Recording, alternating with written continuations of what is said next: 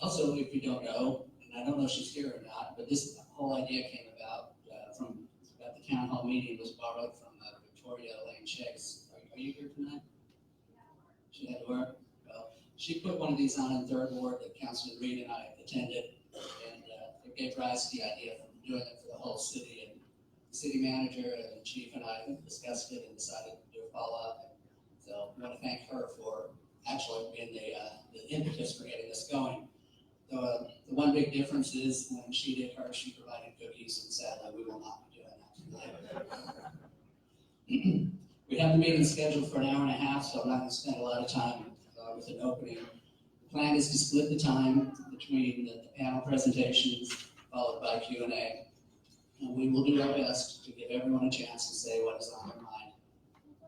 We have a lot of knowledge in this group up here, and we should be able to answer any questions that you may have. I do want to introduce the panel. If you hold your applause until the end, I'm going to step out here so I make sure I don't forget anybody. Senator Larry Boggs, Representative Jim Grego, Representative David Smith, District Attorney Chuck Sullivan, Pittsburgh County Sheriff, what's his name? Chris Morris, Chief of Police Gary Wansick, Officers Busby and Cox. So if you would give them a round of applause for him.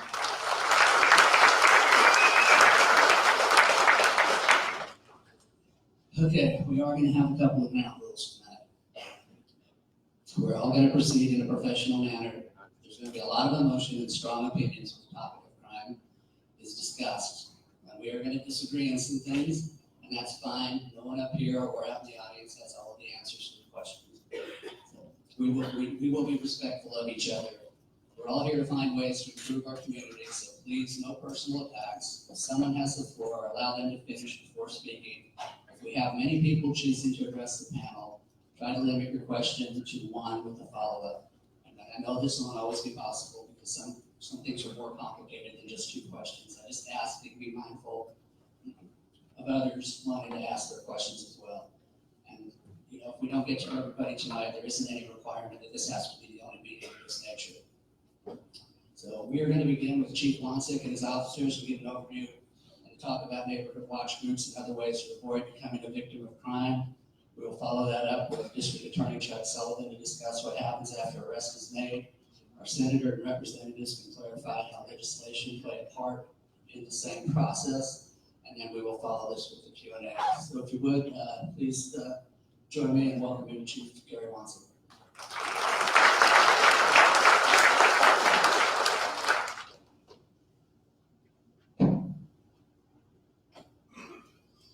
Well, thank you very much for that applause and that welcome, Mayor Brown. Again, my name is Gary Wansick. I'm the Kalispell Police Department Chief. 1st of July, will have been in the Kalispell Police Department for 38 years.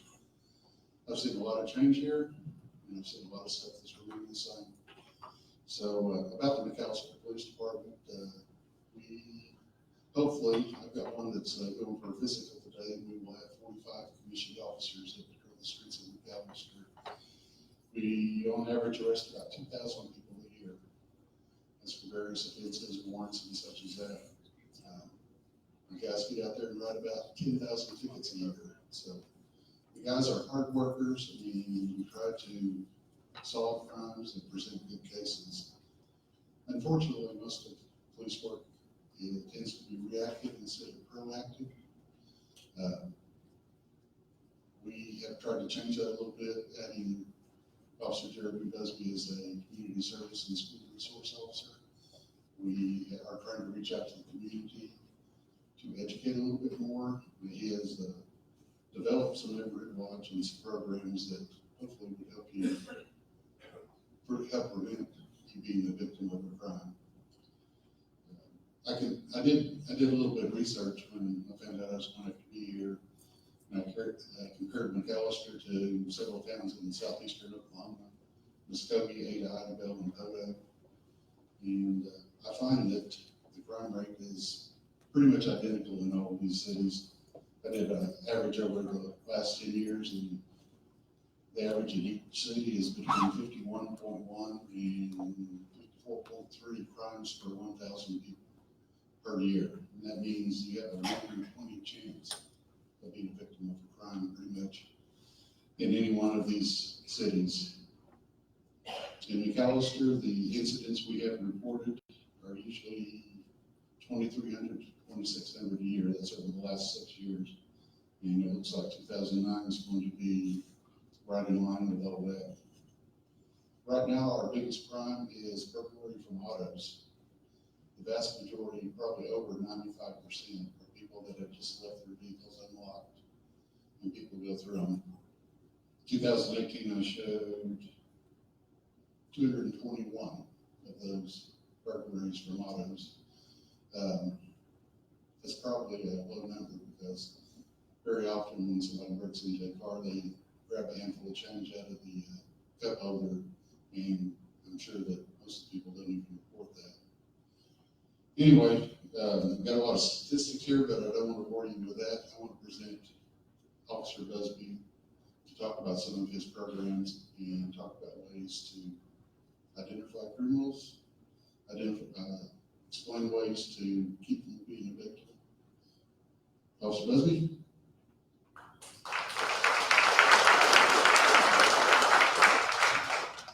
I'm not good at standing behind the podium, so if I walk around, I apologize for that. I got 24 years in. I'll have 25 years in February. Chief Wanzik named me the Community Services Officer about 4.5 years ago.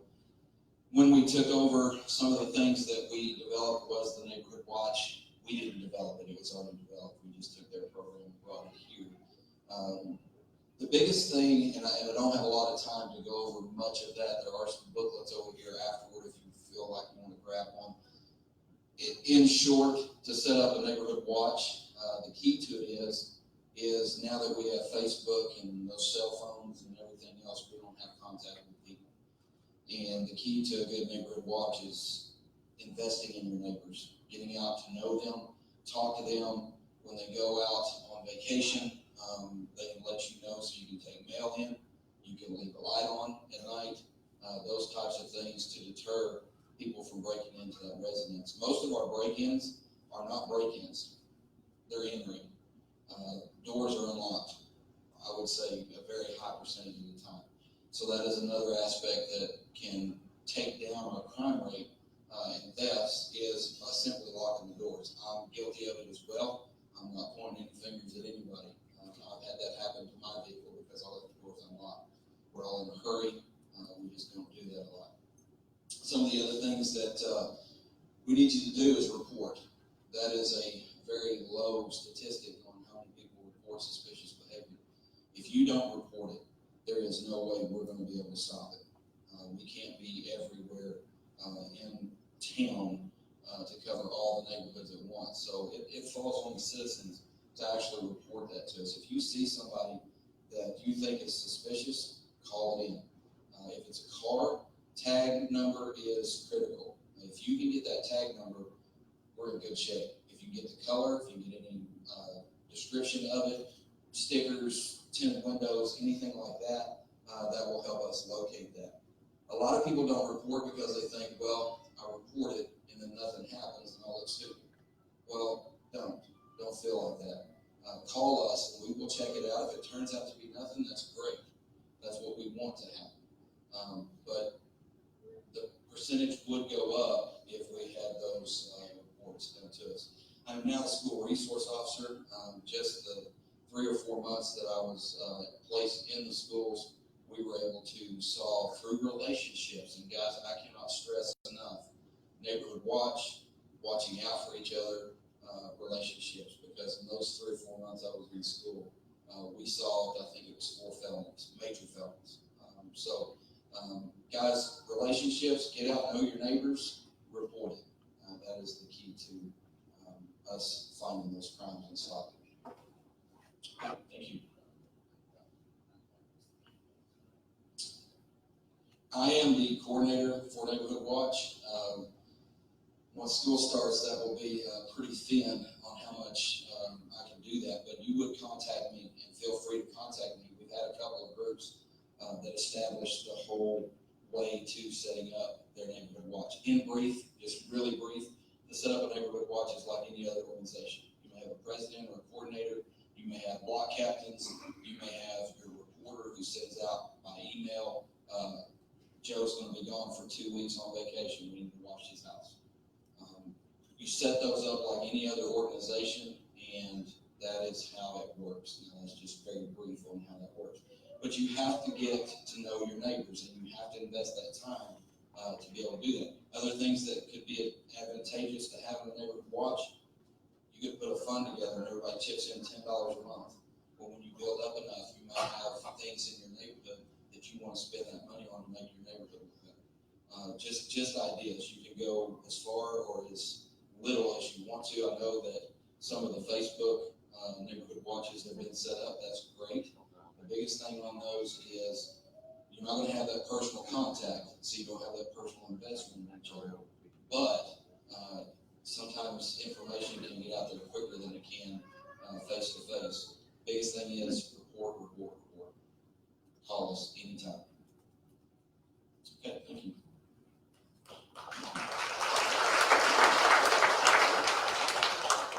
I'm gonna give the other microphone to you guys, because I got a couple of questions. However you guys want to do it. Well, what are some other things that people can do to not be victimized by crime? I'm sure there's things like lighting, cameras, things like that. What do you guys know that has been effective? I can talk forever, so some of the other things around your house, like bushes that you put around the front of your house. If you put bushes in front of the house, in front of the windows, make sure they're the sticky ones so they can't get back behind there and crouch down at night where we can't see or where they can hide easily. So that's another one. Lighting. Camera systems have gotten so cheap. Now, it's not going to stop them from committing a crime, but they have been crucial for us to be able to investigate the crime. So houses, individuals have had those security systems as far as cameras are going. So those are just a couple more ways. On setting up a neighborhood watch, it's generally a pretty good idea to not have too big of a group as well, as because you'll get inundated with information, and the more things like that happen, the less attention you pay to them. So. Usually they recommend about 4 or 5 blocks on a neighborhood watch, because once you get bigger than that, it's going to be hard to communicate and stay in touch and have that personal relationship with all those people. So about 4 or 5 blocks. You guys got anything else you want to add? I never know Bobby not to say anything. Just adding to some of these things, I think what we're seeing in the field on the patrol side, when we're actually taking reports, aside from the unlocked vehicles, we're having a lot of issues where a lot of properties, even though the vehicle is being locked, the property is still being left out where it's visible. If it's a high dollar item, then obviously we're going to start seeing a whole lot more of the smash and grab where they're actually tearing out the vehicles to try to get into them. Just to back up what the chief saying, that it is a fact, 95% of our vehicle burglaries, every single one of them run unlocked. The other 5%, we actually have a broken window or something like that. The case was the property was left out open for the individual to see. So other than that, backing up, we've had a lot of success with cameras. If it's deer cameras, video cameras, we're getting a lot of folks that are adding doorbell cameras to their house. We've been successful in identifying a lot of people in that manner. But a lot of it is just securing your property. And if it's not even the vehicles at your residence, we've had some secondary burglary complaints from our storage sheds and stuff like that behind the residence. A lot of those are either left open or unlocked. On occasion, we'll actually see a forcible entry, but it's really rare. I look at the reports every night. Every single report that comes in on theft, I look at it, and I can honestly say that 90 to 95% of all of those situations were unlocked. So I just can't stress that enough. I wish that we control a little bit more. But we just don't live in that world anymore. We can't be everywhere. So we just try to stress that to folks as much as we can. So essentially, get to know your neighbors, have a well-lit place, lock your property. That's not going to keep everything from happening there, but it should limit it. I'm not gonna ask our district attorney Chuck Sullivan to come up and talk about what happens after an arrest is made and some of the issues that he has to deal with as a district attorney. So, Mr. Sullivan.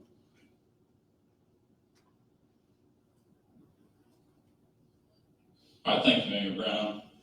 Can you guys hear me? Feels loud. Oh.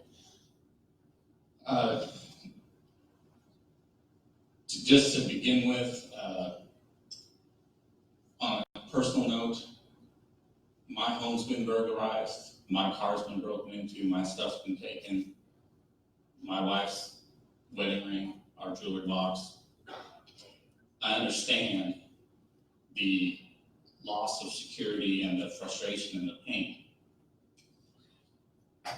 But that doesn't change the requirements I'm under when a case comes to me. And so once a person is arrested, a report comes to me. In case, primarily what we're talking about here are car burglaries, a lot of those things don't result in an arrest. So a report comes to me. When we get a report, we review it, and we have to review looking for certain things. Whether or not I want to be, I am responsible as the district attorney, when I review that report, to ensure that whoever that defendant is, whoever the bad guy is, I have to read that report and make sure that his constitutional rights weren't violated, that there wasn't a due process error, and that the evidence was properly collected. Like I said, it doesn't matter if I want to do that, I'm required to do that. So we review a police report, and we're looking at those things. We're looking at the suggested crime. Is it a burglary 3rd degree, which we have now. I'll touch on that in a minute. What's the crime? Is it a robbery? Is it a burglary? Is it a 1st degree, 2nd degree? So what are the elements of that crime? What do I have to prove beyond a reasonable doubt that occurred to be able to secure a conviction? Then I look at the report and the investigation. Can those elements be met? Then I have to look as it relates to the evidence code. When I put on this evidence, these elements are met. How can I do it? And there's an evidence code that we have to adhere to that has a whole lot of rules that people that practice law for 50 years still don't understand all the rules. So, I'm not saying I understand all the rules. I have a pretty good working understanding of them, and we have to follow that. Then we look at just availability. Do we have a suspect? Do we have a defendant we can find? Can we identify him? Things of that nature. And then we will look to file a charge. Then once a charge is filed procedurally, if an arrest occurs before a charge is filed, so there's 2 here, so I'll cover them both as quick as I can.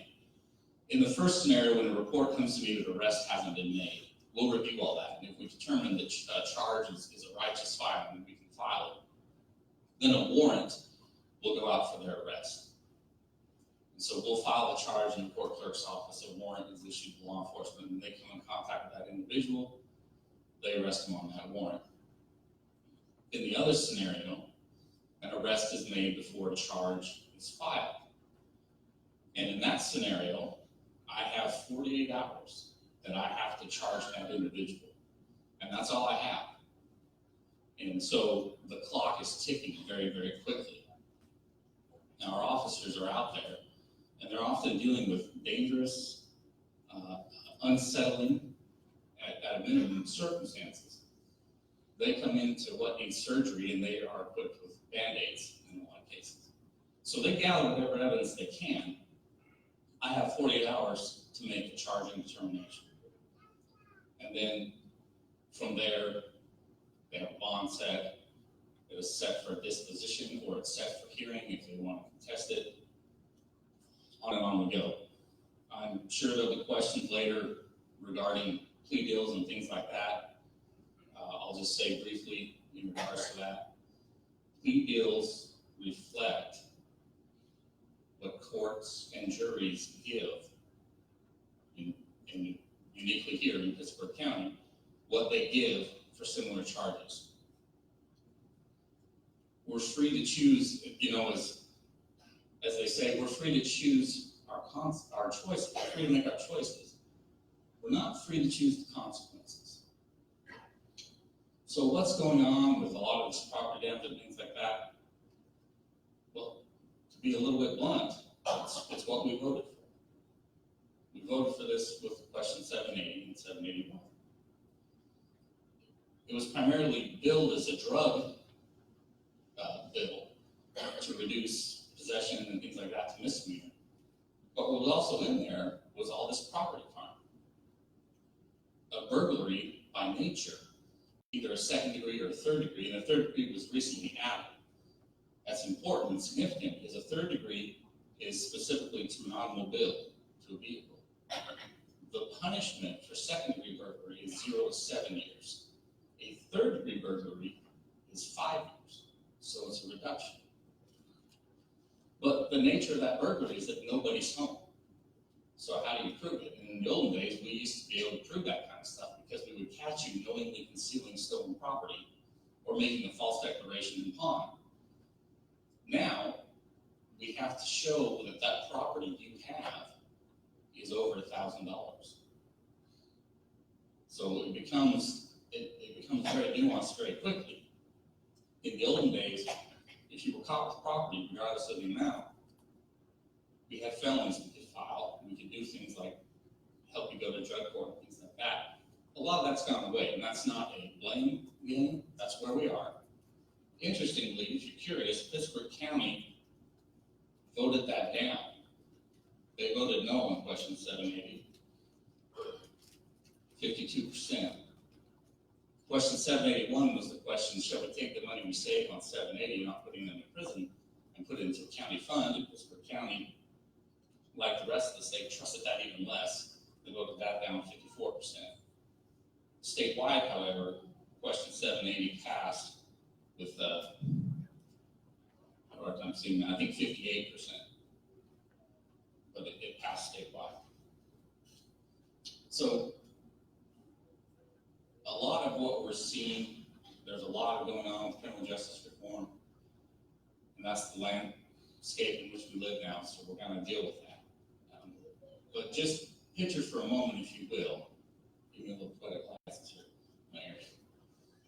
Picture what you would be willing to do for $10. What dare would you take? What food you don't want to eat would you eat? Something like that. Now picture what you would do for $100. Picture same thing. Picture what you would do for $1,000. And what would you do for $1 million? And my point to that is consequences. We're affected by consequences. We make choices and actions based on consequences. Now, what I'm talking about is a reward, but that is a consequence. It's a positive one. And so with a lot of this criminal justice reform, consequences have been removed, significantly removed. So what would you do or not do based on the consequence? And that is the battle that we face at the district attorney's office. Those are the considerations we have when we make offers, when we attempt to resolve cases. That's the prism under which we have to look at everything. So with that, I'll talk. Thank you. Do any of the legislators want to address any reform that's coming up, or do you just want to take it as questions? If you would, the camera doesn't reach you down there, so I got to I don't really want to address it. I'll just tell you a couple of things that have happened in this session. And District Attorney Sullivan talked about 780 and 781. Well, we passed when they made it retroactive. So there are some people sitting in prison, that they're going to get their sentences reduced. I really want to thank Mayor Brown for setting this up, because as a legislature, we're hit all the time on criminal justice reform. There's a very big push in Oklahoma City on that, and they're hitting us hard. It's valuable for me to be sitting out here with you and listen to your stories, because what you tell me and what they say up there, they don't often agree. One piece that came this year that did not make it, but it will be back, was this, they call it the catch and release. It was gonna do away with bail and more personal recognizance. Now, that did fail. These criminal justice people, they wasn't real happy that it failed. So it's gonna come back stronger than ever next year. So that's basically what I wanna say is I wanna thank the mayor for setting this up. And then I wanna hear your stories and hear their sides too, because what I hear in Oklahoma City, it doesn't always agree with what's going on in the real world, and right here is the real world now. Thank you. Thanks. Okay.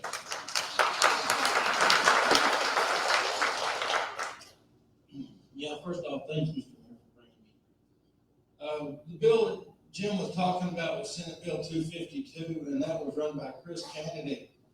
And there was a lot of push by the lobbyists to get that through. And that wasn't good for Pittsburgh County. That was good for Oklahoma City and Tulsa. And nobody sitting in here lives in Oklahoma City and Tulsa. So when we go up there as a rural legislator, we think of what's best for our district. And luckily, it was voted down, but it was by a very narrow margin. It was 51 to 49 that got voted down by.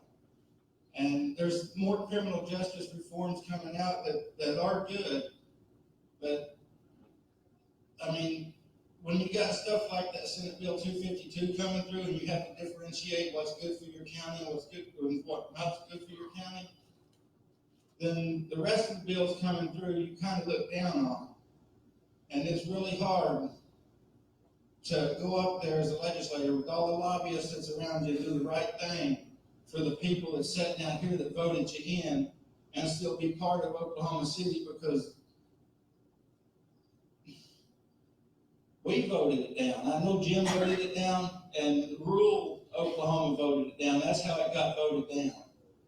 But we are going up there and doing what's best for our districts and what's best for rural Oklahoma in general. And I don't much care what goes on in Oklahoma City in the way of crime, because that's where the reform's coming from. It's what's going to help Oklahoma City and Tulsa, and we don't need that here. Because show of hands, how many of y'all have been victims? How many of y'all are worried about being victims?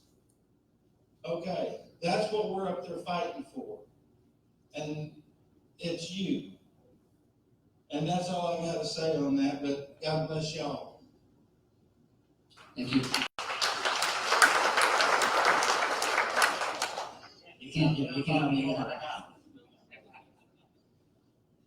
My name's Boggs, I'm your state senator.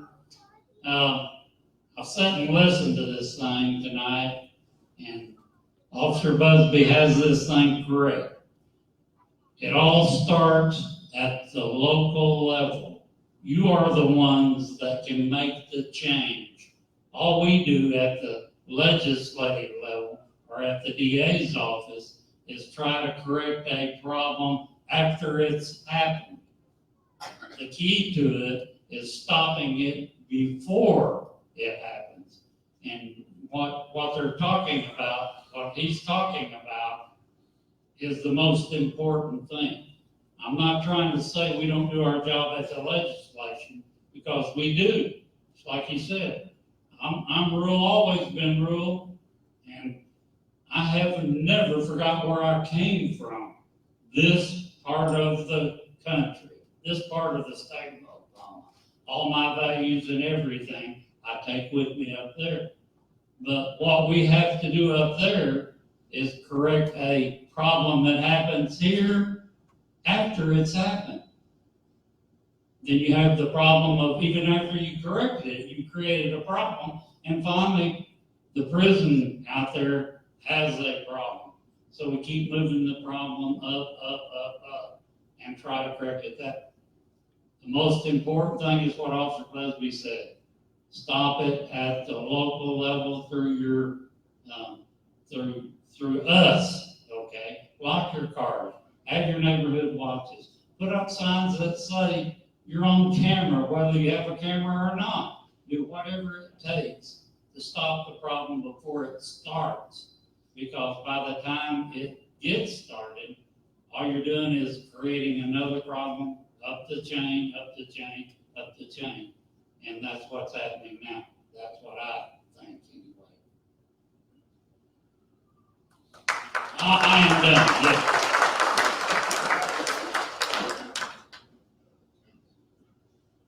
I'm going to open it up to questions in just a second. There's one thing that I want to add to it, and I am nowhere near the professional level these guys are.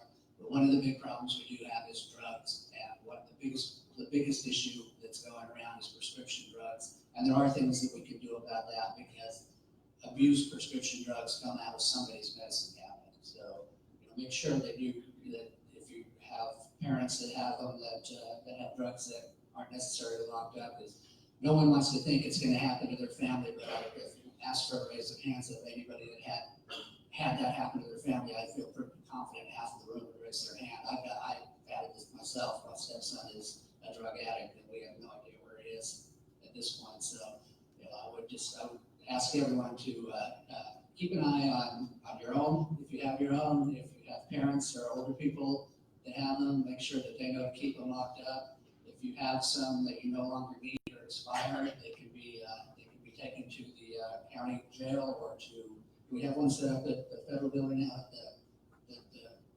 former federal building, now municipal building, I guess. With that, I'm going to open it up to questions if anybody wants to. There's a mic right there in the middle. I would ask that say we keep it civil. Nobody up here is forced to be up here. They all chose to come and participate. So, okay, come on. I know somebody's got a question. Would you come to the mic, please? Good evening. My name is Julie Porter, and I understand from Detective Rogers that I am the winner of the largest McAllister residential burglary. We were out of town. I had a security system. My insurance company just paid me $35,000 for my lost items. My house is locked up. They shot a bedroom window out to make sure there was nobody home. My neighbors are sitting here. They partied in my backyard. They drank all our alcohol. Whoever was in my house, it was a female. She wore a size 7 shoe. She took all my perfume, all my jewelry, all my shoes, my underwear, my clothes. They took all my husband's t-shirts, plus anything that plugged into the wall. They now have all our guns. We believe they were in the house about 8 hours. They did not have a car. I do not own this suitcase now because that's how they hauled it off down the road. We were the 4th house on our street to get broke into. Unfortunately for our job, we traveled and we had to go out of town.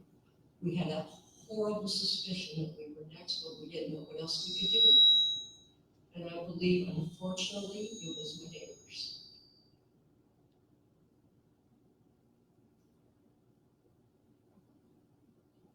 I don't know what I could. They took my scrapbook I was working on with my daughter's baby pictures. I will never get back. They have my passport. They have my birth certificate. They have my social security card. I don't know what else to do. I don't know what I could have done differently. Oh, by the way, they took the security system.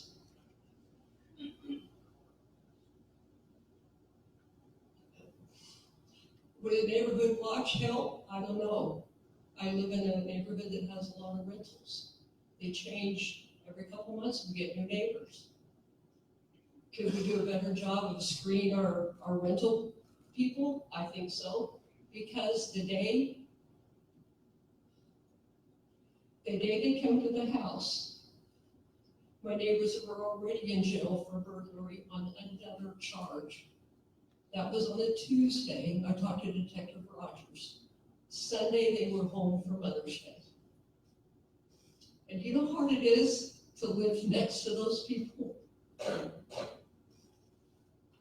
And until they find our stuff, which they have to rent a storage unit, they have to as much as they have, we won't get our stuff back. And they're still living there. What am I supposed to do?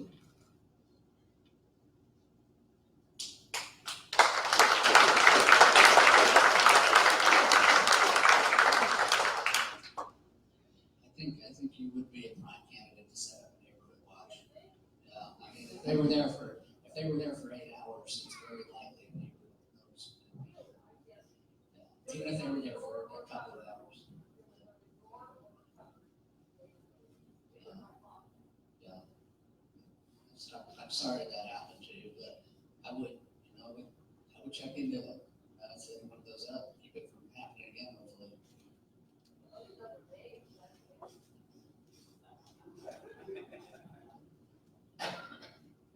Good evening. I think I probably have a question for everybody on the panel. By the way, I'm sorry about what happened with yours. I actually know the feeling about neighbors and knowing exactly what's happening. So let me ask a couple questions here, and I'll try to rattle them off real quick, but I got one for everybody else. Mayor Brown, you said that obviously probably the biggest thing that contributes to burglaries is drugs. I don't doubt that whatsoever. Chief Wanzer, 8 years ago, we had multiple officers assigned full-time to drug enforcement. We also had a task force with the DEA out of Muskogee, that was located in McAllister at the airport. How many officers do we currently have dedicated to drug enforcement? We have one CID officer that is part-time in narcotics right now. That's actually better than I thought. I thought the answer was 0. That doesn't surprise me. As of this week, I've been in conversations with the sheriff and the district attorney's office to put another one back in the task force. We had been down 6 officers earlier this year. It was stable at 4. We're about back to full staff, and so at this point, 8 years ago, we received over $50,000 a year in state and federal reimbursements from forfeitures. So that you all know, last year's budget that's ending in 4 days from now, we got 0. And we have budgeted 0 for next year's budget. Yeah, you do know that there was a Supreme Court ruling on the excessive use of forfeitures and use of them as revenue. For the excess use. Just. Okay. Let's see here. District Attorney. I'll tell you all a 30-second story. True story. September 11th, I read an article in the paper that was talking about a pickup that was stolen out of our animal shelter. Caught the guy, he was down in Kiowa, threw him in chains. It's great. In the middle of the story, which was on the second page, the follow-up to the story is on the second page, and the district attorney made a simple statement that said, this individual was picked up on October 16th, was sentenced on October 16th, 2016, to 10 years, 5 years suspended. So do the math. Means he serves 5 years. It's now October, less than 2 years later, and he's out. Now, how does that math work? Let me tell you how that math works. Mr. District Attorney, if I serve 365 days in the Department of Corrections, Oklahoma State Penitentiary, how many days do I get credit for? And tell me the answer, because I know it.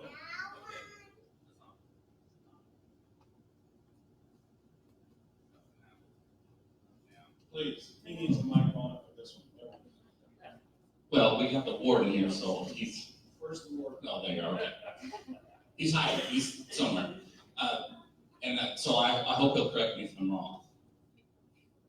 The answer to a lawyer is always, the first answer is always, it depends, so I'll categorize that for that. If you are in prison in what is considered a non-violent crime, and non-violent doesn't mean that there wasn't violence involved, it's just a rating system that gets to when you can earn credits for parole, things of that nature. So assuming that, we'll start with that. My understanding is that for every 365 days served, the individual gets credit for having served 575 days. Something along Okay, that. so now let's do that math. Every other place in the world, a year is 365 days, unless you're in Oklahoma State Penitentiary, and it's now 575 days. If I am somebody who has a non-violent offense, And I've been good while I've been in there my first 364 days. Do I not get 3-for-1 credit most of the time? Typically, you've been good. So now multiply 575 times 3 will get you to where if you are sentenced to 5 years, in this case, the guy was sentenced to 10, 5 years suspended. He served his time and was out in less than a year. Now, federal people tell us that Oklahoma ranks 50th in the nation in our incarceration rate. I would suspect that if we actually did the math and tracked what we're doing, I think every police officer I've ever talked to, and everyone that's associated with courts, knows that we run the same guys through time and time again. Right? If I can. I'm not trying to actually blame you, I know. No. We as people have decreased and decriminalized. Well, and I want to kind of address the incarceration rate, if I may. Okay. And all this is information. I want to be very, very clear. I'm not here to point a finger at anybody. And I'm not either. I think you all are doing a great job. I think the council does. And my heart was out to the warden because he can only play the cards he's dealt. In Title 57 of the Oklahoma Statute, Section 510.9, that is what's basically referred to as the ankle monitor release program. Traditionally, we understood that to be that if you were on a nonviolent crime and you had 5 years or less remaining on your sentence, you were eligible to be released on an ankle monitor. However, that changed recently. Criminal justice reform, it's 10 years now. So you're eligible for release, but it's really important if you look in the statute, the department is authorized to use electronic monitoring global positioning device to satisfy its in-custody duties and responsibilities. Now that's very important. What does that mean in English? They're still considered in custody. They are not within the walls. They're home in their own beds. But they're considered, or have a house, and sorry, party at your house, I guess. Why does that matter so much? There was a case recently that all the DAs in the state, we talk quite frequently. This woman went to jury trial in Marshall County. She had 2 prior felonies for embezzlement and stealing. She embezzled from her employer. The jury heard the evidence and they gave her 7 years. So she was sentenced in February of this year. In June, she was home on an ankle monitor. Now, the significance of that ankle monitor, one, it shows as being in custody. So I always make a little face when I hear these numbers about our incarceration rate. I just wonder. But the bigger thing for victims, and this is important, and when you consider offers that we make, these are things we're considering. Because she is in custody, and potentially she could be listed in custody until that 7 years is up. Whatever the Department of Corrections does, pardon parole specifically. Because she is in custody, she is not required to pay the restitution that she was ordered to pay until she discharges her time. And that happens quite a bit. And those are things that happen. That again, I'm not trying to point fingers, I'm trying to bring awareness. And I'm not trying to point fingers, by the way. I think our administration, I think our police are great. I think there's a lack of understanding about some of the basics. For you 2 new state representatives and Senator Boggs, you guys need to dig into what's happening. The state legislature has for years failed our school system, and obviously we had a real problem with that last year. They've also failed the Department of Corrections in funding. Safety of people in a community is a primary premise that everybody should take seriously. If you want to talk about economic development, you can spend all the money you want on economic development, but if the people in the town don't feel safe, if the people that own businesses that are thinking about moving into our town can't feel like they can bring their people in and have them be safe, they're not going to come. It gets me down to. I'm sorry, I didn't mean to monopolize this, so let me go over 2 other quick things real fast.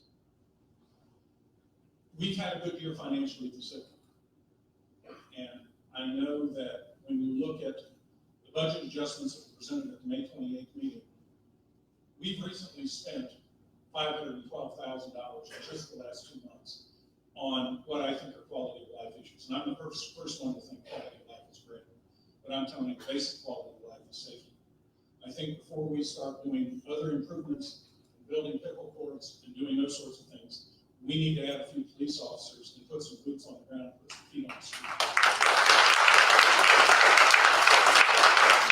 And to follow that up, we have a rainy day fund that currently has $3,814,000 in it as of April 30th. That fund has gained about $500,000 since 2011 when I looked at my last number. I would dare to say that, in my opinion, our crime and our dedication to it, the city council and the councilmen over here need to think about, considering this, a need for the rainy day fund and emergency fund, and take some of those dollars and put some guys on the street with them. I don't know what the average policeman makes. I think it runs around by the time you get benefits and stuff, $60,000. Fine, take $600,000 up and put 10 guys on the street. We have the same 44 people now that we had 10 years ago. You want to know why our crime is up? It's very simple. Anybody here speaking creds? Why not? You know you're going to get caught, and you know there's consequences. These guys who are on drugs need to understand that there are consequences, and that you all will pick them up, and that you all will put them away. I understand that the DA can only do what he can do, and it's a revolving door, but that doesn't mean you don't try. Teddy Roosevelt once said, you do what you can with what you've got exactly where you're at. And we have to try something, and ignoring it will not solve the problem. Thank you. I'm sorry.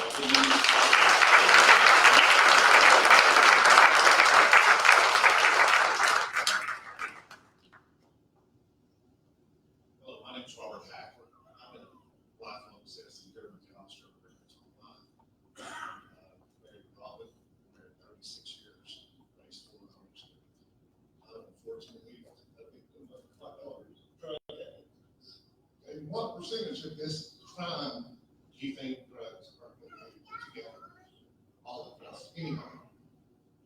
We sit here and talk about crime. You talked about the opioid.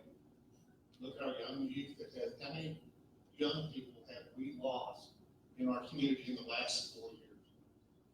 We got Garrett Bess, we got Jalen Turns, another handful, Kelly Boyd. There's nothing ever publicized about this. You don't read it in the newspapers. You don't hear our news. Why? But what percentage of this crime is affiliated with drugs? Most of the time, in law enforcement circles, they're usually saying 75 to 80%. I mean, I'm not taking it for my daughter, she can get on drugs. But we got perps here that are feeding it to these young females like candy, just like candy. It's just like a kid that goes back for candy. I have subscribed to Mobile Patrol for the last year. Before I sent my daughter to drug rehab, I looked at it 10 times a day to see how many of these people that I followed that were giving her drugs. I talked to Mr. Morris. I talked to the other ones. You know what they wanted my daughter to do? One of them, as long as she'll be a narc for them, they go kick in the doors. They go get the drugs. I'm a 54-year-old man that has followed her and tracked her for the last 10 years. I know where the drugs are coming from. I've told them. But my daughter has to be a freaking narc before anybody wants to go do something about it. I look on ODCR, the ones I tracked, Carl Holland.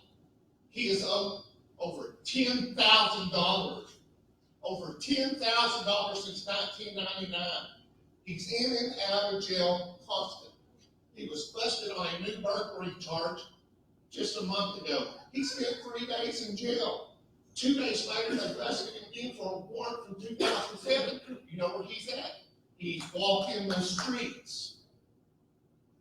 Other ones that I've tracked and followed, Langdon Lefevers, all of his charges are dismissed. I don't understand how drug charges get dismissed.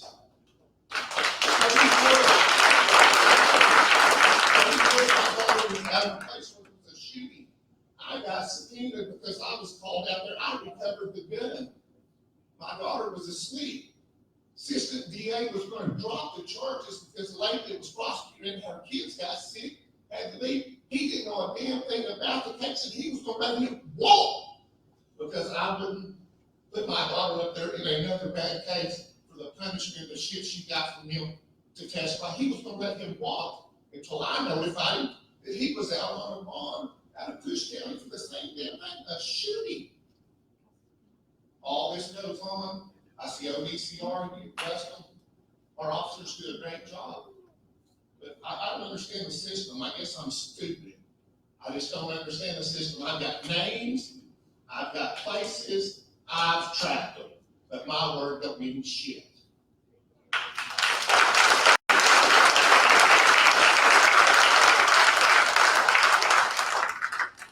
I believe that question was probably addressed to me. If there's not evidence that we can put on, what I know is irrelevant. What I can prove is what matters. It doesn't matter what I know, and it doesn't matter what I believe, as much as I would like that to matter. It matters what I can prove. And what I can prove under the evidentiary rules that I'm required to abide by. Whether or not I want to, I'm required to abide by them. So if I have eyewitnesses who won't testify, but I have other witnesses who the eyewitness told, they're not under the rules allowed to testify to what somebody else told them. That's the hearsay, at least in part. So without evidence, I cannot proceed. It doesn't matter how bad I want to. And so, in cases like that, if cases get dismissed, it comes down to evidence. Do I have someone that can testify? Can I admit their evidence under the rules? My name's Ray Key with Key Brothers. We've been in business here since 1967. One question, Mr. Boggs, I agree with you that it starts like Mr. Buck, Officer Buck. But when a gentleman is arrested in my office for bringing an injury for burglary, he turns around and gets arrested again for burglary. He turns around and gets arrested again for burglary. How far do we take this to start? Also, Mr. Morris, Chris Morris, the sheriff. Why has Mr. Morris got to speak? Mr. Morris, Chris Morris, the sheriff, he has not said a word. What about the county residents? Is there any programs for the county? Like Officer Bud had. Mr. Morris it was welcome to speak. He was a late addition, and I didn't tell him to prepare anything. So, I mean, he's more than welcome to speak now. I mean, there was no intent of not having him speak. I apologize for that comment. Because I think that everybody that's up there, I listen to representatives, senators, listen to DA, the law officers are doing a good job. They are arresting the people that's out there. To Mr. District Attorney, you said there's no witnesses. I will go to Mr. Patrick's comment a while ago. My dad is 80 years old. My dad was on his knees in my office for a week, cleaning up after the robbery, the burglary. My daughter knocked a needle out of his hand. He goes, "What are you doing that for?" She goes, "Don't touch it. It's bad."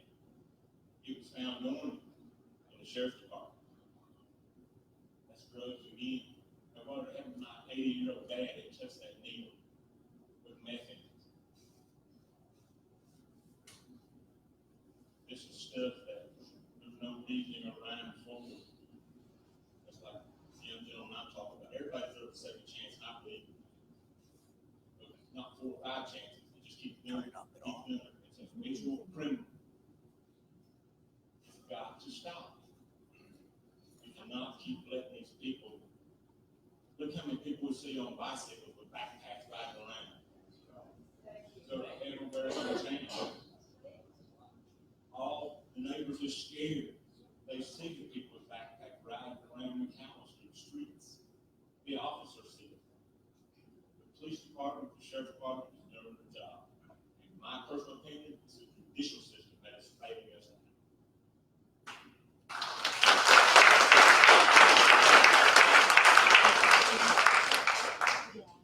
Well, just touch on a few things, Greg, since you brought that up. When I was at the McAllister Police Department, I worked hand in hand with Jeremy Busby when he started implementing programs for the neighborhood watch. And they knew helped. I went out on many trainings with him and seminars. When I retired, So we do offer that program in the county. We will come out, we've done a couple of neighborhood watch programs, we will do that. Just contact my office, contact me, I will come do it myself. When I retired from the McAllister Police Department, there was 43 sworn officers to cover 14 square miles. 43 for 14 square miles. When I took over as sheriff, January of 2017, they had 13 deputies for 14,000 square miles. That was 11 deputies, another sheriff, and a sheriff. We're currently up to 20 through writing grants and generating money. So we're trying to do more proactive police work instead of reactive. The guys will get down in the county and try to patrol the streets. Burglaries are down in the county. We did a deal there in the states today. Hey, I got the stats too. Like Wanzik said, I won't bore you with the stats. Burglaries are down, but they're still occurring every day. They're still going on. So, but we are out there working, and feel free to call anytime, any questions or anything. Thank you. I'd like to correct you, Sheriff. When you left, when you were there, we had 43. When you left, we had 40 because you left and took 2 of my guys with you. You've been mad at me ever since. Okay?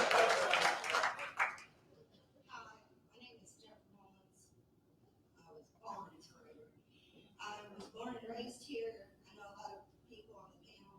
I sympathize with people who've been stolen and victims of thief and sympathize with the gentleman whose daughter's fighting the addiction. My dad is a licensed alcohol drug counselor. He sees it every day. My mom is a retired employee from OSP. She was a nurse. I would now work in a counseling center. It's outpatient behavioral health and substance abuse. So I also have a brother who's addicted to prescription drugs. So it hits me on all parts. Being the victim of crime, being in a situation of living at it, it consumes you. You lose sleep every night, and you are just addicted as they are addicted. You're just not taking the drugs. My dad, he sees people every day in this community that are fighting this addiction. It's a different kind of addiction now. It's a desperate addiction. And, my daughter has been a victim of crime in her neighborhood. She moved back, she graduated from OSU. She moved back to this county. She wants to be here. She's a teacher. And in her little house alone in 2 years, she's been a victim of crime 3 times. And, I call it the backpack gang. And I'm not saying everybody in town that's walking, I know it's the same people that this one's going to their job and this one's gone on scrubs. They just don't have a car. I know there's good people that are walking, trying to just make an honest living. But then we got this other group that are on these bikes and they're just, they're just looking and they're scoping it out and they're just waiting. I shoot them out of my daughter's yard. I can sit in her house and, we'll have a Netflix binge day. Does anybody do that? Watch a whole series on a Saturday? And I can count 20 people walking by with backpacks and on these bikes, and now they're motorized. I don't understand this motorized biking thing. But I talked to Chris, I know the officers up there, and I know they're trying their hardest, and it's a vicious circle. They arrest them, and then they get out. One of my questions though would be, is there a way to do foot patrols anymore? Or is there a way to look at the statistics that, this bill that passed 781 of how many who go out and they're trying to thieve you or trying to rob you? How many priors do they have? Because I can tell you from me being a victim, when they robbed my husband's shop, and they spent 20 years of all his siding materials and all his siding tools. I know you did that crime. And he has 5 previous felonies, all drug related, and it took everything I had, but it's my job, and I did it.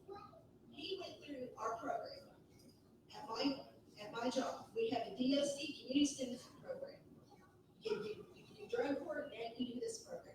I've been at my job for 12 years. I had to do his intake. Across the table. No, he So 20 years of what my husband built, and it had everything, it took everything it had, but I did my job. I would just like more of an incentive of people trying in the position of being in law enforcement, being in the DA's office, being an elected official. Just show us more of what y'all can do, maybe foot patrols or the statistics of how they keep getting out when there's these previous felonies. Thank you.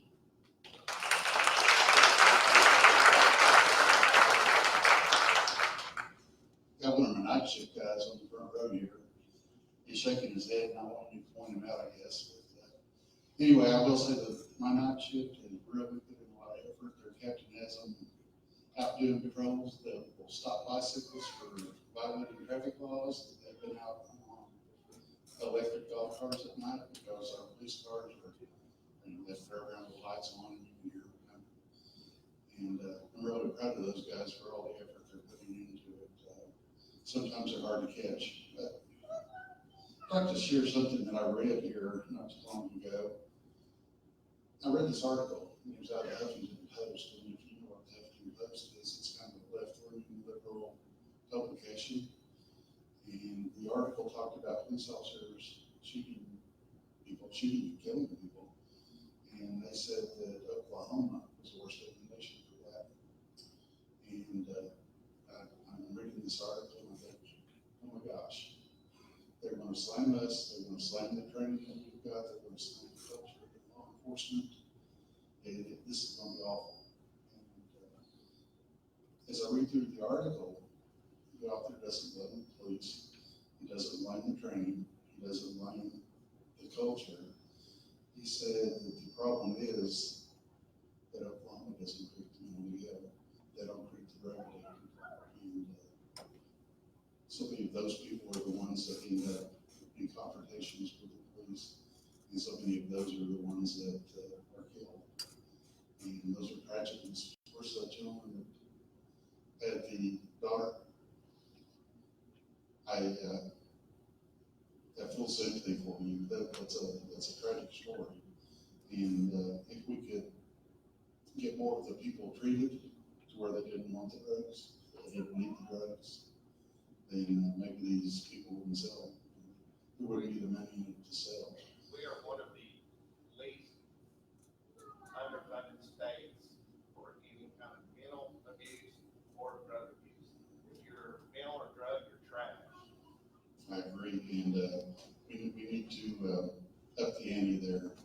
We need to treat these people. Now, I'm not saying that the drug dealers do much simply, they need to be held accountable. They need to be put away for a while because they're destroying lives.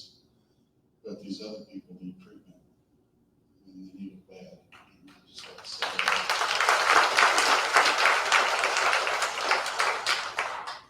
First of all, I want to thank the organizers of this to bring us together, those of us that are concerned. I'm Mary Ellen Keeler, I'm 72 years old.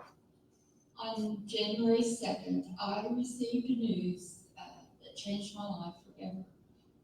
I went in for a routine biopsy. 24 hours later, I was informed that I have a very rare form of incurable cancer. That didn't bother me at all. The next minute, I go back to school. On April the 28th, I was awakened suddenly. I have to sleep in a CPAP now, and I like to sleep in my recliner. And I was startled, and I thought, oh no, I've overslept.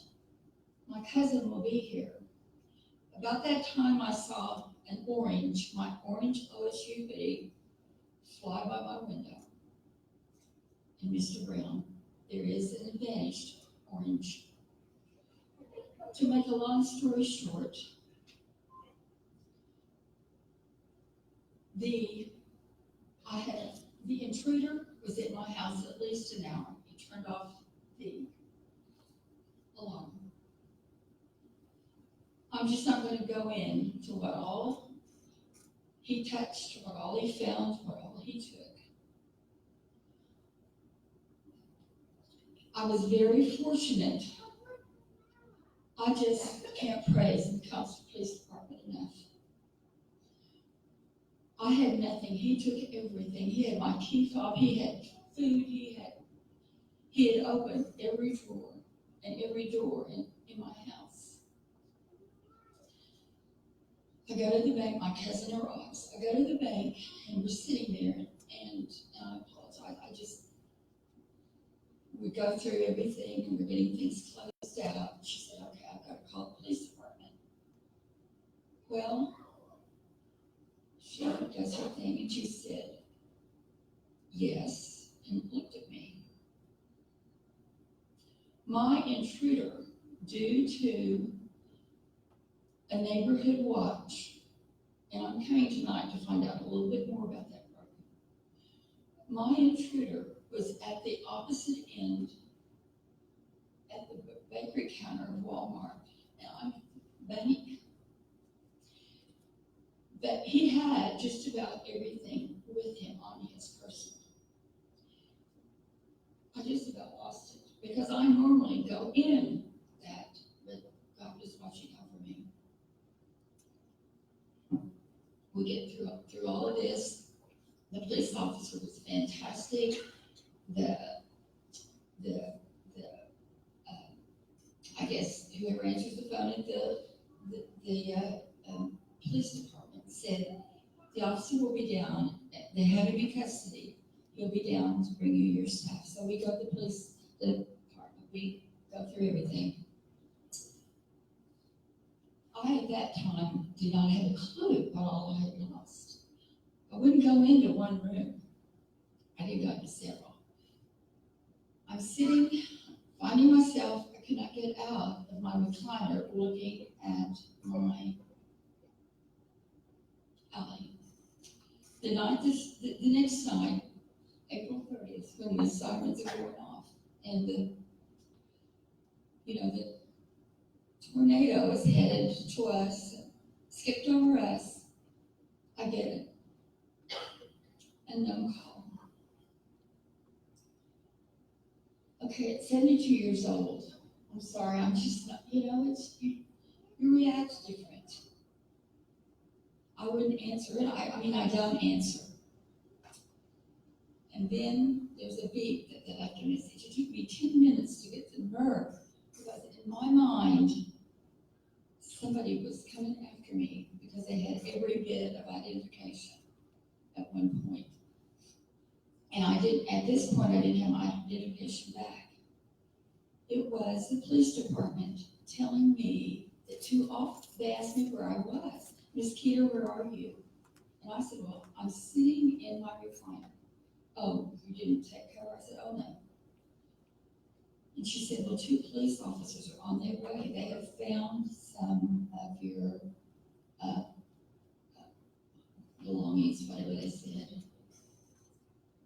And I'm saying, "Well, they don't have to worry about me right now because of the storm." They said, "No, ma'am, they are coming." So, Officer Bishop, and I don't remember the other one, they come in, they're soaking wet. They find all this stuff I did not know the intruder had gotten. So I'm apologizing, and Officer Bishop said, "Don't you apologize 1 minute." And he said, and we were talking about the boys on the backpacks. He said, "I bet you in all this weather, there's 4 or 5 out there right now." Well, they recovered because of the diligence of the Costa Police Department. The only thing that was not recovered was my key fob and a hookup to a laptop. He found 3 laptops. I only thought I had 2. I drove in from Tulsa today. I can't stay at my home. I know I've got to put my big girl pants on and deal with it, but I don't want anybody else to have to go through this. My alley, if you go down 6th Street at night, look at the alley between Osage and Miami. I pay $20 a month to have 2 lights with lit up like a car dealership at night. My neighbor at the other end, we have our alley lit up because we've had problems before. I have a fake burglar's alarm system in my front yard. My sister gave it to me when they were moving to Florida. I leave my front porch light on. Now, the deadbolt lock on my back door was replaced now, but he had to use a credit card or something. Then I get the call from the DA's office. And again, I can't call them. The assistant DA that was handling my case said, ma'am, you don't have to show up. I don't think I could have made it. I have been talking to people, and my question is, I had a friend call me the other day, a teacher, checking on me. She didn't know I'd had this invasion. I was telling her, and I told her the guy's name, and she said, oh, that's the one that broke in Parker.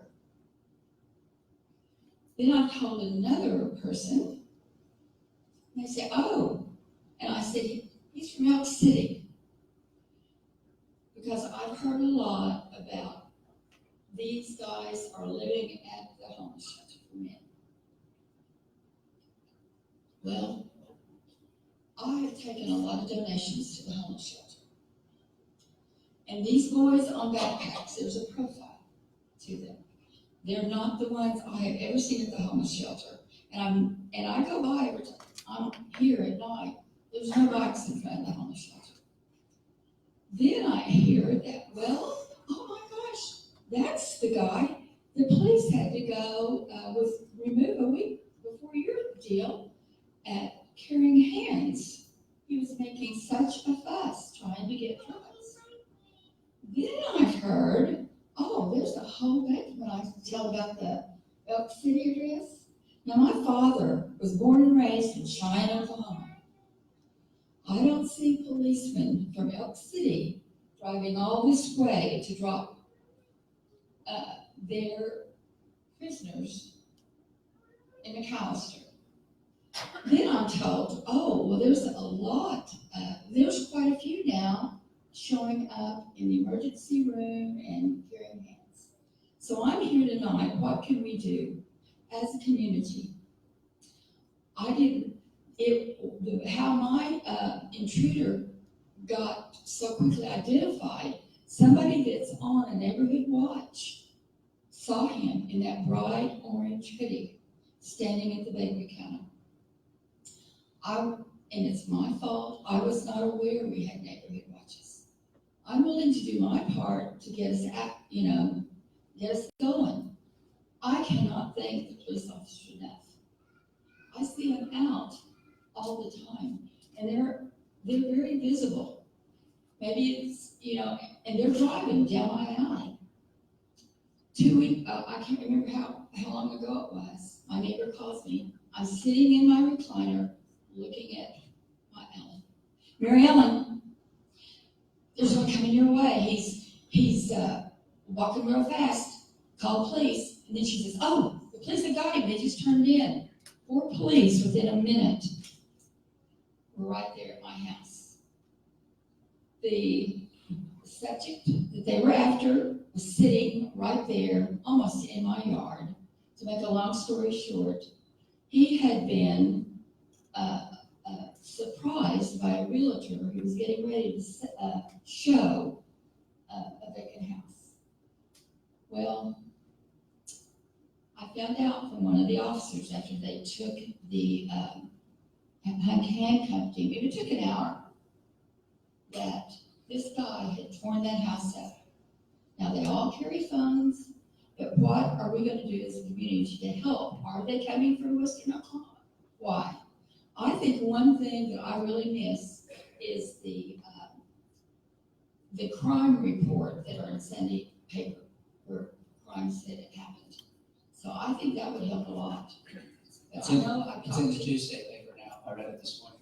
It has the map of McAllister. No, it has the charges of misdemeanors and felonies and dispositions. I've seen that, but there used to be a wonderful map where all of it, and I think we've got to help this police department and the sheriff's department.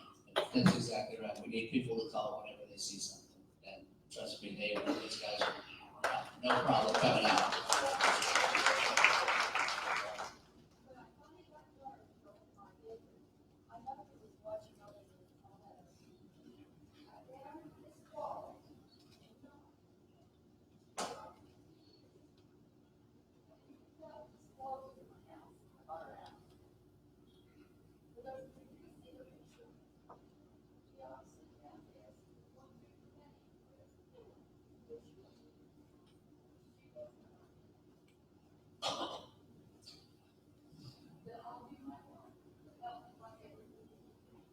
Thank you.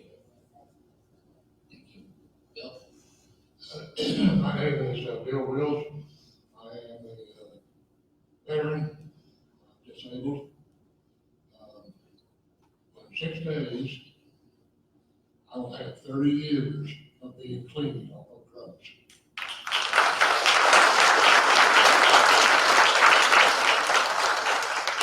The chief made a great point when he said, what did you say, that 75% or above was all related to drugs. All the house break-ins, all the kids riding their bikes with backpacks. It's all similar things that I have to admit that I was a part of a long time ago. I am not proud of that, but I am proud of the fact that the city and the state that I lived on at that time were really pushing hard for those of us that had become addicted. They had programs. They had programs to help those people. I went to treatment in a little hospital that run by nuns. And I stayed my 30 days and went to a lot of meetings. But I've learned some things in life itself that maybe we all should think about. We're all human. We all make mistakes. When the drugs take over your mind, you have no idea what's going on to make things right. And you do anything and everything that you can to continue to feel like you want to feel. I can't say that I'm proud of that I had to be that way. But when I come back from overseas, there was more on my mind than my mind could handle. And I used that as a cushion. And that cushion got me into a lot of troubles. I remember one time I used to always tell people, well, I got tired of breaking out. And they said, well, how was the drugs making you break out? I said, I was either in jail or in a hospital trying to get well. You know, the police department in this town does a fantastic job. But there are more people than what you have, you're there, always. Never a twist, always. I'm sorry, Chris, that you don't have enough people. I really am. You've got a big, big job. And district attorney, you know, everybody's down on your behind real bad. But you're just trying to do your job. And we all don't sit and listen, read, and know all of those rules and regulations that you have. And Senator and representatives, thank you for coming. Thank you for listening to us. Thank you for being there for us. This little town means a lot to me. I've only been here 10 years. I've been in the state 20 years. And that is what I think of the state. I love it. With that, I'll let it with you. Thank you. Thank you. We are running out of time. We've got 2 people left to speak, so we'll have to shut it down after the next 2. Thank you for letting me talk. My name is Vince Freeman. I'm a retired correctional officer and currently work as a teacher at County High School. I have a couple of comments and I have one question probably directed toward the legislators and towards our district attorney. First off, I think that our laws have gotten so weak, especially with 780 and 781. that the consequences are no longer deterrents, but the consequences are just inconveniences now. And people can live through inconvenience and go on doing it every day. My second thing is also with regard to the lowering the standards of the laws. I work at the high school, as I said, and one of the common conversations I would hear among students was how easy it is to get marijuana. One of the comments that I heard at this conference, all you gotta do is go to a psychiatrist, tell them that you're having trouble sleeping, you got insomnia, all of a sudden you got a subscription for marijuana, which I think is the point. Now, with regard to the one question, it's this, and my memory may be faulty, but I just recall many years ago, we had a vote in Oklahoma, a statewide vote, in which Sharia law was voted to not be recognized in the courts. And then one person out of Tulsa took it to court and had a statewide vote overturned. My question is this, is there anything that the legislators can do, or we as citizens can do, to overturn 780 and 781 and bring us back to the common sense that we once had?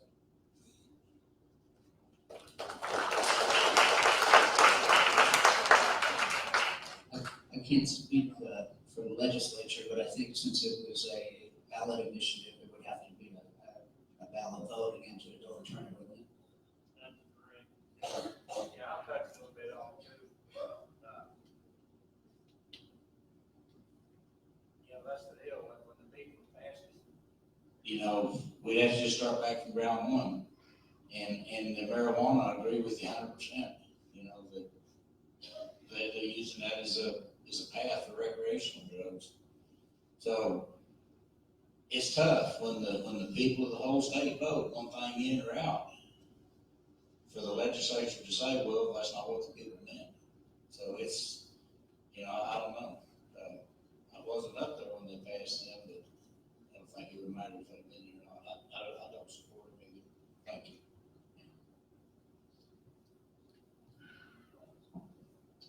Yeah, Reverend Scott Vandenhoven, and I have a question.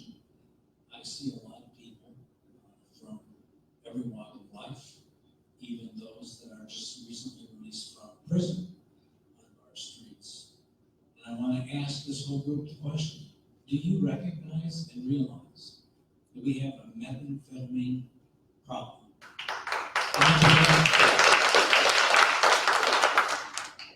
And then the next question is, what are you going to do about it? Because the gentleman that Mr. Hagler talked about lives right across the street from you. And I watch the traffic all day long, come in and out. We've seen every kind of scenery you can see in the front yard. We've called the police at times when there's a real problem out in our front yard. And I could go on all day, so on that one, I'm going to ask, what are you going to do about it? Something has to be done, to the point I've invited you to come sit at my house. You can take pictures, you can do whatever you want to do. Something has to be done with these people who are pushing the drugs and doing the robberies and getting other people hooked on them. Something has to get done. It's not going to get better if we don't do something. That's my first question. Do you recognize we got a problem? We do recognize we have a problem, and we're making meth arrests every day. We're doing a search warrant a week, just about. I have a full-time deputy that is working narcotics along with District 18 Task Force. Chuck Sullivan as an officer in our office also. Not in our office, but he works with us. So we're putting people in they're in a jail for drugs. Even though 780 and 781 has affected us, meth misdemeanor, and it's harder to keep them in jail. I can assure you, as your sheriff, that the Pittsburgh County Sheriff's Office and these deputies will continue to do their job. We will continue to put bad guys in jail on a daily basis. They will not stop. It takes a special breed to be a police officer. And these guys do it because they love you, they love their community, and they want to help. We will continue to do it. We will continue to work with the McAllister Police Department. As a retired officer from there, I know their guys feel the same way. They want to do the same thing. But even though that puts 65 sworn officers on the streets, it takes people like you that care. It takes the whole community to care and come out and help us. We can't do it on our own. Anytime you see anything suspicious, anytime you see a drug house, you just think it's a drug house, whatever, call, give us a tip. You're not bothering us. That's what we're there for. We've done it. I get calls all the time, people saying, I don't want to call and bother you. We're not bothering us. That's what we get paid for. That's what we want to do. We want to go out and get these guys. So here's the problem. Apparently I have to see it or get pictures of the deal going down and bring it to you. I got a better invitation, come over to my house, I'll feed you lunch, dinner, I'll even give you a bed. And you can take pictures all day out my window if you like. I'm happy to do that. Or you can park in my driveway and I'll get you donuts. We don't eat donuts. That's a whole real snake. We're everybody's things. I eat donuts and I'll share it. We would love to put a camera. We have some high-tech cameras. We'd love to put one at your house. Please come. I'll see you afterwards. What's your address? 1909 Cardinal. Come. That's close to Main and Lefevre. Now, I have another one that I want to get into real quick, and that is as a pastor, oftentimes we have people who have needs stop by the church requesting help. And in this particular case, a young man came in, I kind of say young because I'm not young anymore, and so I don't know, he could have been in his late 30s. But he had been arrested on a warrant over in Sulphur, brought here, and then he went through his court hearing, and he was released from the county onto the streets. Nothing, had nothing. I can tell you, I spent time with the man, and I finally, 2 days, got him out of town where he wanted to go. But he had been involved in the cartel. These kinds of criminals just get released onto our street with no help, nothing. What are they going to do? What are they going to do? He did come to the church and we helped him. But if the church wasn't there to help him, where would he go and what would he do? So for everybody that's here, I spent time talking to him. He told me how we break into the home. We case it. There might be someone who's in the service industry that comes to your home. We know them and they give us the information about how to break into your house. And then he says, if you've got one of those security systems, we'll watch all the windows and make sure which one window doesn't have it on. Then we'll go in as fast as we can. We wear hoodies so we can't be the pictures that are taken of us. They can't figure out who we are. I said, well, what about me? What about my dog? He said, well, if we know you're armed, we'll have another guy along with us to shoot you and another guy to shoot the dog. So this is the kind of stuff that we're dealing with, and these are the kind of people that get released right on our street.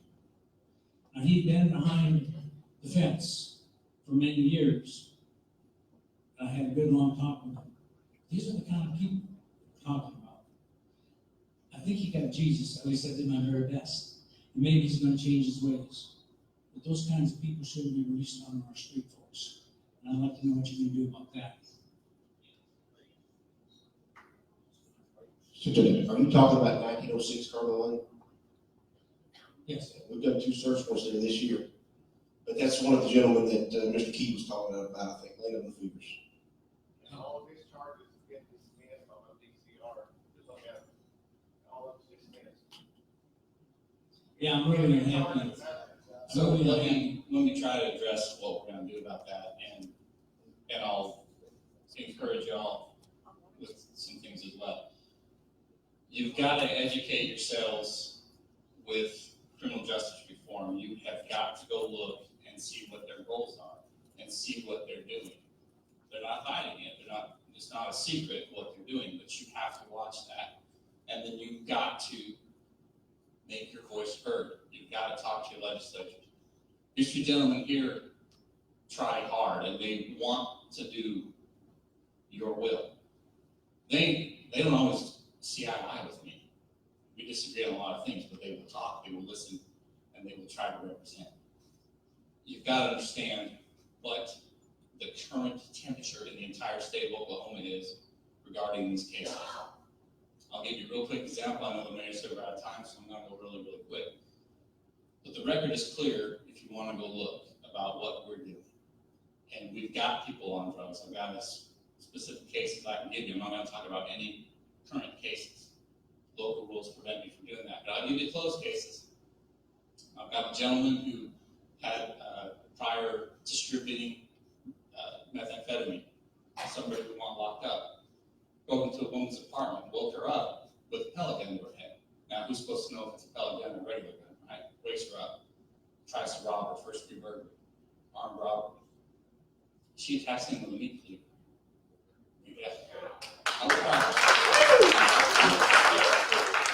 again, this isn't the point blame, but you guys gotta understand what's happening, okay? Because we put the hearing on in front of the judge. And we asked the judge to revoke him on his current charge after the judge found that we had met our burden that he had committed that other crime. And then that defendant got on the stand and talked about how he just had a drug problem. And he whined and cried. And because it was a drug problem, he was not sent to prison. I asked that he get sent to prison. I wanted him to go to prison. The court wouldn't do it. I don't have authority to send people to prison. I can only recommend it. I can only ask a judge or ask a jury to send somebody. But they're the ones with the authority to do that.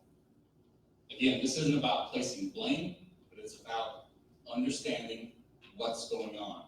The most important thing I think that you can do is make your voice heard. Give them the strength when they go to Oklahoma City to know what their contingency wants, what we're after, and what we're for. That's how it's going to happen.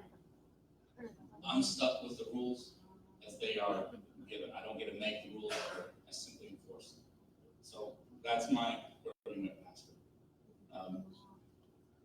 That's my response as to what we're going to do. As long as whatever action I can legally take, I will take it. Beyond that, we've got to work within our system. It takes you guys making your voice heard. So it's the judicial system, like I said.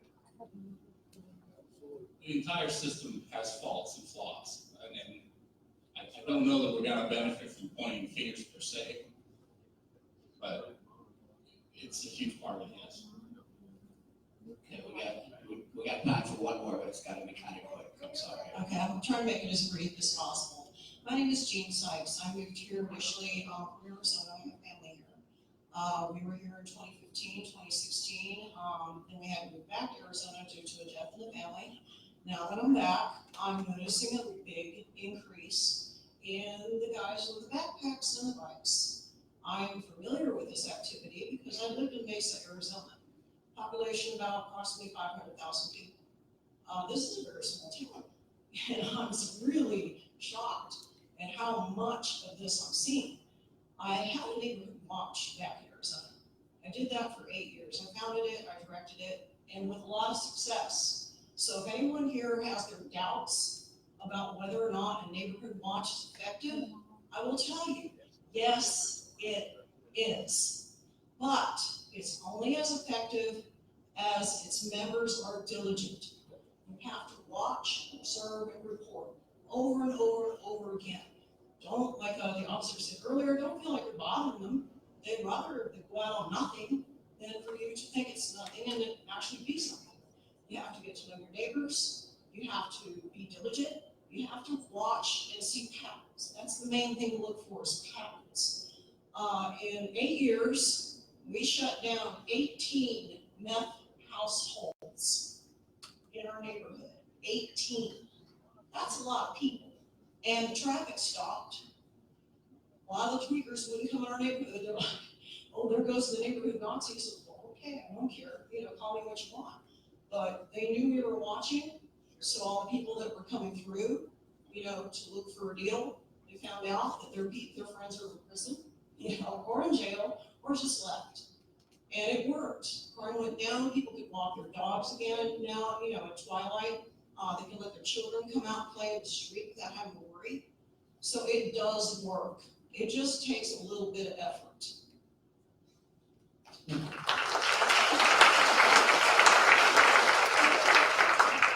I got the career tech people staring daggers at me.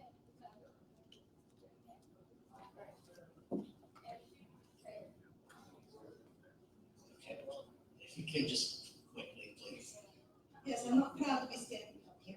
I don't even know why I'm here. I only found out about this meeting about 3:30 when I spoke to a detective regarding a Facebook post that they made, who happened to be my daughter-in-law, in the picture, stealing from using a credit card that was not her at a convenience store.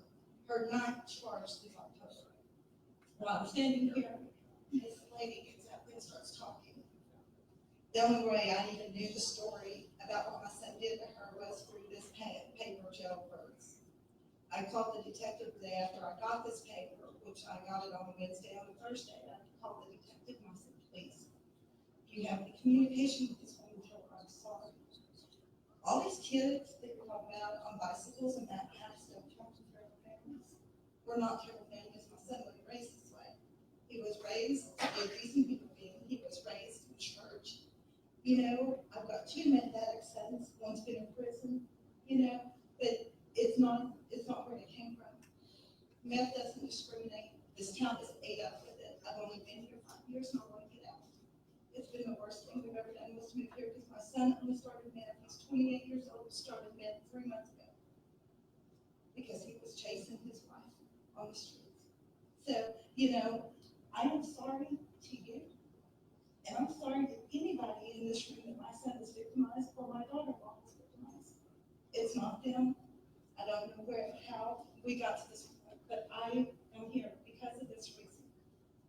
My daughter-in-law, 9 charges since October. She's got another one coming because it's just showing up on Facebook. She got a 7-year deferred sentence. She got nothing. She got no time in jail. 9 charges, 3 of them since October. So there's a problem. Anyway, and my son's one of them, and so is she. They need to be locked up.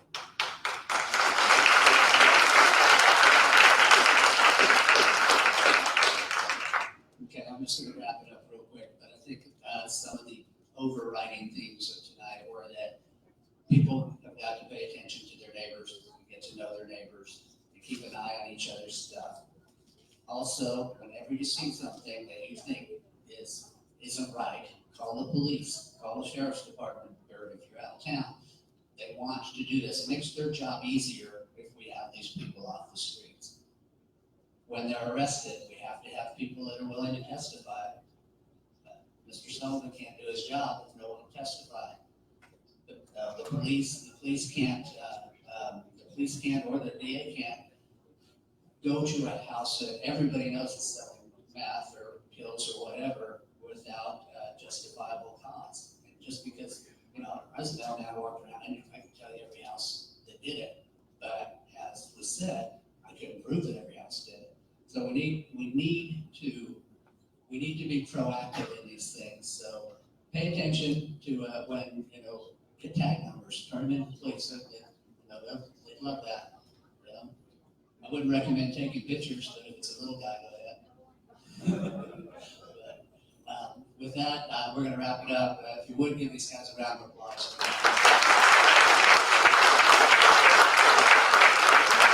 And thank you all for coming this way.